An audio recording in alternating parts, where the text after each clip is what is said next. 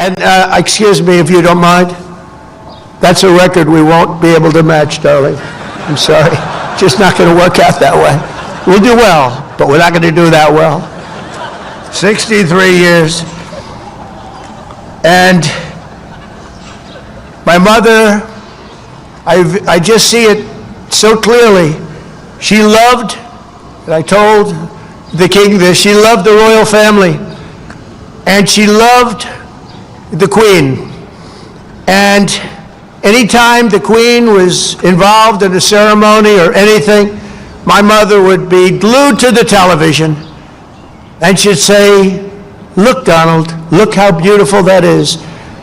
She really did love the family, but I also remember her saying very clearly, "Charles, look, young Charles, he's so cute." It's my mother. My mother had a crush on Charles. Can you believe it? Amazing how, I wonder what she's thinking right now.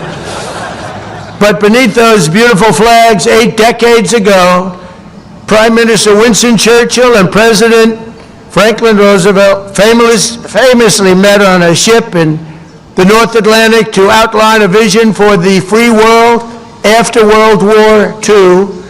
That understanding of our nation's unique bond and role in history is the essence of our special relationship, and we hope it will always remain that way. The ship where the two great leaders met was called the Prince of Wales, the very title that His Majesty the King held longer than any other individual in British history, and he held it with great pride and respect. It's said that when Prime Minister Churchill first met this future king many decades ago, he was so impressed, he made the statement, "He is so young to think so much and so well." And the bust of your great Prime Minister rests proudly again in the Oval Office. We're very proud to bring it back. We brought it back. Throughout His Majesty's life, the world has witnessed that same thoughtfulness which first struck Britain's greatest Prime Minister.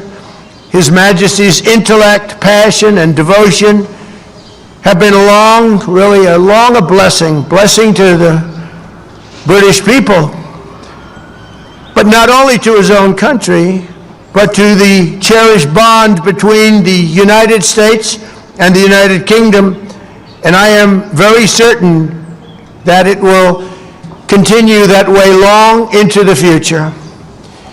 In a few hours, His Majesty will stand in the heart of the United States Capitol as the very first British king ever to address a joint session of the United States Congress. So he's going to be addressing Congress, and I'm going to be watching.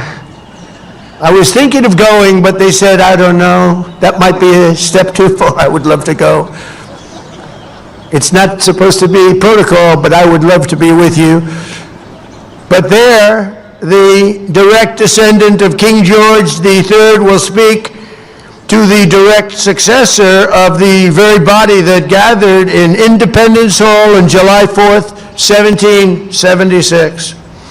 If John Adams and George Washington, or the King's fifth great-grandfather, could see that sight, they might be absolutely shocked, but probably only for a moment. Surely they would be delighted that the wounds of war healed into the most cherished friendship. Think of that very, very long ago difficult war, and yet those wounds did indeed heal into the most cherished of friendships, most cherished. They would be moved beyond words to know that the soldiers who once called each other Redcoats and Yankees became the Tommies and the GIs who together saved the free world as brothers in arms and brothers in eternity, and nobody fought better together than us.